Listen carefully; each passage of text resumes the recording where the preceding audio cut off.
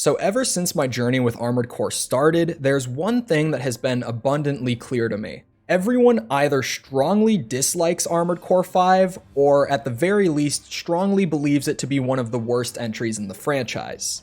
The developers had found a formula that worked really well, but their new director, Hidetaka Miyazaki, had left the Armored Core team to go and work on another little title that you might have heard of once or twice. But going into Gen 5, the Armored Core team had a new director, Naoyuki Takahashi, and he was looking to take Armored Core into yet another bold new direction. So how did this change in leadership affect the approach the team took when designing Armored Core 5, and how did it turn out? Well, let's talk about it. And before getting too far into the video, I should mention that this is the 14th in a series of videos where I'm playing every Armored Core game for the first time and reviewing them as I go along. And while you don't have to have seen the other videos in order to enjoy this one, you'll be missing a lot of context about my personal journey with these games if you haven't seen them, so I'll have the full playlist linked in the description below for those of you that want to go check those out first. And before we get into the video proper, let's address this thing. As you guys probably know by now, I use emulators whenever I'm recording an old console game to get upscaled footage that runs smoother and just looks a lot cleaner, but Armored Core 5 was nearly impossible to get running on an emulator, and very early on, I had to settle with this bug that was causing all AC textures to be completely absent. This led to the birth of our new best friend for the review series, AC Glitch. After about an hour of playing like this, I was able to figure out a fix for it, but the solution wasn't exactly satisfactory since I had to disable all the resolution upscaling and play through the entire game at 720p.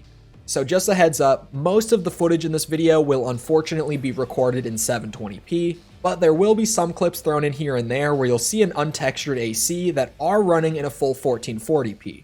But as far as the story goes in this game, it isn't directly connected to any prior games whatsoever, but after a quick bit of research, everyone seems to be in agreement that the Gen 5 games are in the same timeline as the Gen 4 games, which I definitely won't complain about personally because Armored Core already has 3 different timelines and I really don't need a 4th one to keep track of on top of that. Oh wait, but what you might notice is that these are definitely not the nexts of Gen 4. My assumption here is that the nexts have been abandoned entirely due to the immense radiation they disperse into the environment when used, and since the game talks a lot about how harsh life is outside of very specific safe areas, this would definitely seem to be the case. The only reason I'm going to make assumptions here and not look into it further is just because I don't want to spoil the next game for myself, so understand that if any of my assumptions about the story here are inaccurate, it's only because I just don't want to spoil the next game for myself, especially since I'll be playing it in a matter of days. Which brings us nicely into the ACs of Armored Core 5. Piloting your next in 4 and 4 Answer was like piloting a futuristic jet, but piloting your AC here in Armored Core 5 is more akin to steering a tank with rockets strapped to it. Even the lightest builds in AC5 are incredibly heavy when compared to other games in the franchise, and movement has been slowed down heavily. ACs in this game are even so heavy that a series staple, being able to fly around freely in your AC, is completely absent, being replaced by a new wall jumping system that works surprisingly well. While at first it felt super janky and awkward to me, by the end of the game I had not only adjusted to the movement and become pretty good with it, but I also appreciated how much it forced me to engage with my environment compared to previous games. I felt like I was constantly much more aware of everything around me and how to take advantage of the level geometry in order to win fights, and I thought it was really satisfying. The quick boosting from Gen 4 has also made a return here, but consumes substantially more energy than it did in those games, since generating enough force to boost these new ACs around is a lot more demanding. So while the quick boost has returned here, it's a lot more dialed back just because of the general pace and design that they're going for with this game. Another major change to your AC in this game is that back weapons are completely gone now. Instead, they've been replaced with weapon bays. These are essentially shoulder-mounted holsters for your arm weapons, allowing you to not only carry more than one weapon into a mission, but also swap between them at any time with the press of a button. This means that you can bring in 4 completely different arm weapons for your AC setups, allowing you to be prepared with weapons to counter any situation you might find yourself in. Or just bring 4 Gatling guns. No one's judging here. And unfortunately, Armored Core 5 was a game made with online play in mind, but the servers were shut off all the way back in 2014. So while there are a lot of cool online features and modes that seem like they would have been really cool to experience back in the day, I can only really talk about and review the game's single player for this video. One thing that's still very important though is the team system. If you played the game at launch, you would have been able to create or join a team, and when players on the team completed activities within the game, the total team level would increase. I'll bring this up again later, so try to keep it in the back of your mind for now.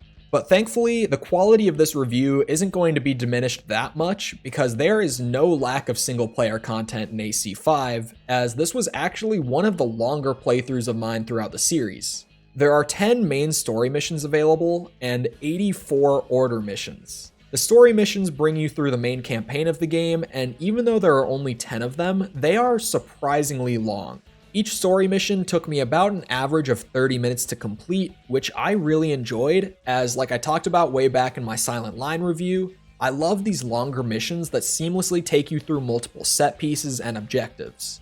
Along with these longer missions, they've introduced a feature where at certain points in the mission, you can pay a certain amount of your credits to call in a resupply chopper, which even allows you to change your AC's setup mid-mission if you choose to do so. To a lot of old school players, this might sound like it was done to appeal to a more casual audience, but it really does just exist to make these longer missions even more balanced to complete. Because even though they've gone for a 30-minute runtime on these missions, that doesn't mean that they've scaled back the difficulty of individual encounters whatsoever, and you're really going to need those resupplies to be able to get through these missions in their entirety. These resupplies also scale in cost every single time that you use them, so you're incentivized to limit your use of them as much as possible during your runs. And the story itself in this game is a bit of a mixed bag. The basic setup here is that we are a pilot for the Resistance. Bit generic, but okay. And we're fighting a war in the city. Just the city? There's no specific name, it's just the city? Alright. Anyway, we're fighting this war against the corporation. Okay, come on guys. The actual plot in terms of events and world building isn't all that interesting, but there are a lot of characters in this game that play a very active role in the story, and the stuff that the writers did with these characters was actually fairly entertaining to me personally. If you're someone who mainly cares about more plot-driven stories, this definitely will not be the one for you. But if you like a more character-driven story and you just want to see how certain people in this world might interact, this will be a story that you probably enjoy. At the very least, Armored Core 5's main campaign does have some pretty awesome cutscene direction, and paired with the game's general, more militaristic art style that, by the way, I absolutely love, I had a blast just watching some of the various scenes in the game. But the real bulk of my playtime here was spent in the order missions. These are like a second campaign that can be played either after or alongside the main story, that also seems to have been heavily designed with co-op in mind. These are much more similar to a traditional set of Armored Core missions, being about 2 to 6 minutes long on average and much more numerous compared to the main story missions. And I mean numerous, because as I said earlier, there are 84 of them, which leads us into the main issue with the order missions. These share what I like to call the another age problem, where the majority of these missions are clear filler, and even though there are 80-some missions, there are only like 10 different maps that you'll play all of those missions on. Except the order missions of AC5 are even worse than Another Age's missions in terms of variety, and it's all down to one thing. There are a grand total of 2 different objectives for every order mission in the game. And no, unfortunately, I am not exaggerating. Every time you start an order mission, your objective will either be clear all enemies from the area or defeat the AC. And speaking of, order missions also effectively replace the arena in this game. I would say that roughly half of the order missions here are literally just you loading into an AC fight, and especially because of the reused maps, it really is just the arena. And while I appreciate what they were going for here, having all these different AC factions with different backstories for you to pick apart as you defeat more and more of them, I have to say it again that I really just prefer having a numbered ladder of arena opponents and getting that satisfaction out of climbing them one by one. I think in a perfect world, they could have had both the backstories and the numbered ladder, but I'll take what we got here because it is somewhat interesting, just hoping that in the future they return to that numbered ladder again. One thing I actually did really enjoy about these missions though is that a lot of the AC fights are actually double AC fights. Like I said before, the order missions seem to have been intended for co-op with another player, but when played nowadays with single player being the only option, these missions turn into a great challenge. Order missions are very much worth the time spent though, as they're a great way to increase your team level, something that's actually very important in this game. And I'm not quite to that part, so just give me another minute or so. And while I touched on it a little bit earlier, I think the AC customization in this game is great. I would even go so far as to say I had some of the most fun designing my ACs in this game out of the whole series so far. I love the addition of weapon bays, allowing me to bring a wide variety of different weapons on missions, and I found that I experimented with different builds more than I typically would. For example, I found myself loving reverse joint legs more than I ever have before, as with the reduced verticality of Armored Core 5, being able to jump super high into the air and instantly gain an advantage on opponents is incredibly powerful here. The only major downside to customization here is that the value of any parts you buy will cut in half the moment you buy them. And this isn't like the last Raven used part system where they cut in half once you actually bring them into a mission. I mean, the moment that you buy them, the value has cut in half. I talked about it a lot more in the last Raven video, but I feel that one of the best qualities of the Armored Core games is giving the players the freedom to experiment with builds and find what works for them personally. And systems like this can really eat into that since they punish you for stepping out of your comfort zone and experimenting with something that you don't end up clicking with. But remember when I told you to keep team level in mind?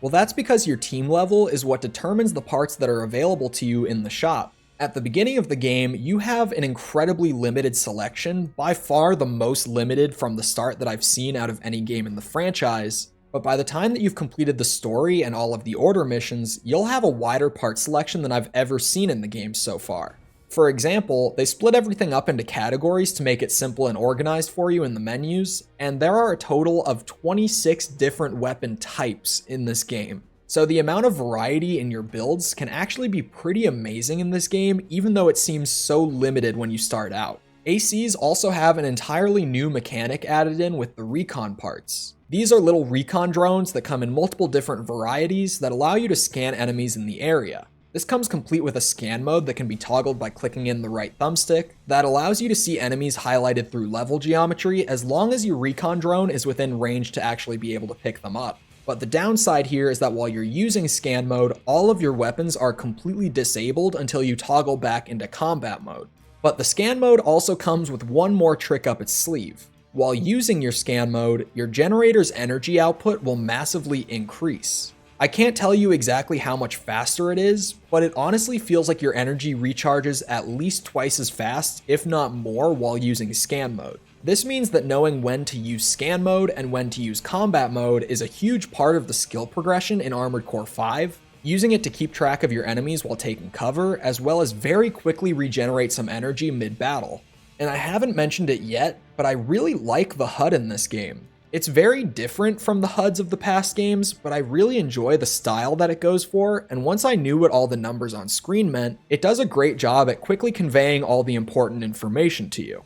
The only downside is that the team overcorrected from a big mistake of Gen 4, and now when you take damage in AC5, you get way too much damage feedback. It's great to know when you're getting hit, but distorting the entire screen every single time you take damage is a bit overkill and incredibly hard to get used to. FCS lock-on has also had its lock-on time massively increased across the board, so something I had to do a lot more of in this game was manually aim. The reticle in the center of the screen, along with the generally larger targets, did make this a lot easier though, and once you have it down, you can even exploit it in some ways. One of my favorite builds that I found was dual-wielding heat howitzers, which are basically a shotgun of small grenades. The downside with these weapons normally is that they have no lock-on and their arc is super weird, so if you aim right at an enemy, it will fly right over their head most of the time. But I learned at one point that if I rushed into enemies and aimed slightly below them, I could blast them with akimbo grenade shotguns, melting through ACs faster than any build I've used since using the Karasawa back in Master of Arena. And that brings me to the difficulty of the game. For the first few hours, I was worried that this game would be far too easy. Even though I was fumbling so hard with the controls and the new combat of the game, I was breezing through missions without ever failing a single one. But once I got to about the halfway point of the game, I realized that the difficulty was steadily picking up and was starting to get to a point where I felt like I was being pushed to improve, and by the end of the game, there were a lot of genuinely difficult encounters. A couple of which I would even categorize as some of the hardest encounters I've seen from the franchise so far, but we'll come back to that. The difficulty also ties into how the game progresses through its themes as well. The beginning of the game starts out incredibly grounded, with even the ACs feeling more realistic than anything we've seen from the franchise so far. And generally, in these early portions, you're just going in and blasting through tanks, turrets, helicopters, stuff that you would kind of expect to see in this kind of urban combat setting. But as the game progresses and you learn more about the corporation, more and more alien elements are introduced, and by the end of the game, you're mostly fighting against robots that remind me a bit of the Disorder units from Armored Core 2. And on that note, the final boss of the game was absolutely epic. The final showdown takes place between you and Chief, an AC pilot who you've been fighting throughout the campaign, who turns out to be an AI of the corporation. In this final fight, Chief takes control of a giant unit that really embodies the otherworldly elements of the units the corporation employs, and while this fight was awesome, it was also really easy, only taking me a couple of tries to get through it. But for me, the real final boss was on the Final Order mission. This was fought against two AC pilots who you fight in earlier Order missions, both of them being strong enough to be a considerable threat in a one-on-one fight, but both of them fleeing before being fully defeated. Here though, they both come back and fight you at once, and both of them pack enough firepower to be a boss fight entirely of their own. The speed with which they were able to melt through my lightweight build was insane, and the only way I was able to win was through many attempts of loading up 4 high damage shotguns and using my mobility to the best of my ability. This fight took me forever to get through, but it was definitely one of the most satisfying victories I've had in my time with the franchise. And even though it's clearly balanced to be a 2v2 fight involving another player, I highly recommend checking out this fight if you haven't before, because it was such a satisfying challenge. Overall, I had a bit of a shaky start with Armored Core 5, but the more time that I put into it, the more it grew on me. The mechanics and changes are really weird to get used to as someone who played every game up to this point, but the more that I stuck with it, the more it clicked and the more fun I got out of it. And all the missions in the game just being go here and kill the enemies was super disappointing, but I did have enough fun with the combat here, and I really hope that they can build things out a bit more and make for an overall more interesting experience in the expansion. So at the end of the day, I'm going to give Armored Core 5 a 6.8. But what do you guys think? Those of you that have played the game, those of you learning about it for the first time through this video, let me know in the comments below. And if you guys enjoyed the video, feel free to leave a like, a comment, a subscription, anything to let me and the algorithm know that you did enjoy. It helps me out a lot, so I'd really appreciate it. And if you're interested in supporting the channel financially, consider checking out becoming a channel member or a patron. They start as low as $1 a month and can get you things like behind the scenes updates, early video access, and more. YouTube's ad revenue can be a cruel mistress sometimes, so those of you that are already supporting the channel really do make this possible, and I can't thank you enough. But if you can't afford to, don't worry about it. We've all been there, and your likes, comments, etc. already help out the videos plenty. And hey, if you enjoyed this video and you haven't seen them already, then you definitely enjoy the rest of my Armored Core videos, so I'll have those linked right here on screen.